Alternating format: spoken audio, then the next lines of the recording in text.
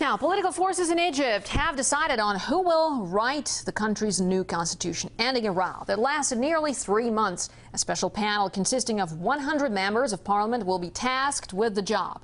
Egypt's military council suspended the constitution when they took power in the wake of last year's uprising that toppled President Hosni Mubarak. The country has since plunged into unrest with numerous protests and demonstrations against the ruling army and demands for change. At the end of next week, there will be a presidential election runoff in which a Muslim Brotherhood candidate faces Mubarak's former prime minister. But while politicians are struggling for power, they pay little attention to the problems and needs of people, as Paulus Lear now reports. It took this farmer 47 years to accumulate his wealth and just 1 week to lose a third of it. One morning I opened this place and found 3 buffalo lying down. They wouldn't eat or drink anything. All the houses in this village, all the farmers here lost cattle. Within a month, foot and mouth disease killed thousands of cattle, buffalo, sheep and other livestock across Egypt. In March, the United Nations declared it a catastrophe and warned the epidemic could threaten human food supplies far and wide. But Egyptian politicians were too busy with the revolution to take much notice. The government did not do anything for us. Our animals are dying one by one and no one does anything. Egyptians say the situation has been worsened by a climate of corruption.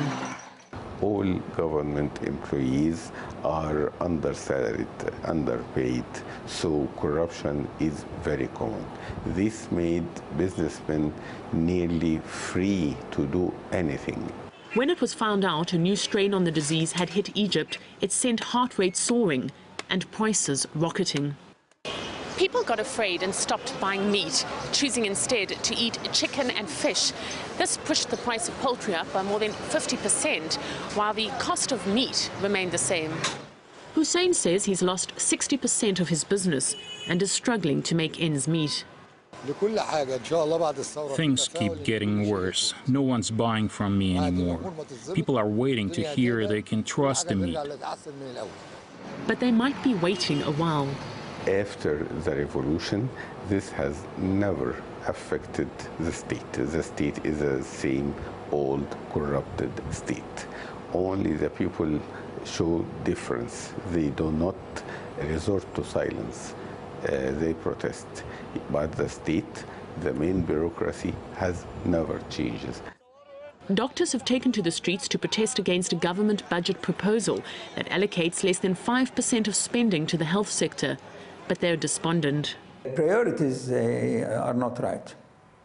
The previous regimes, say Mubarak and Sadat, perhaps they thought their security, the regime security, is the paramount, most important issue for them. So they spent a lot of money on it. There was a lot of loopholes where our taxes disappeared. There were a lot of corruption, and with all this, what is left for actual improvement of health services was minor. And so behind the country's political jockeying is an unfolding public health disaster, with potentially much larger implications for Egypt than what happens on the political front. Paulus Lear, RT, Giza.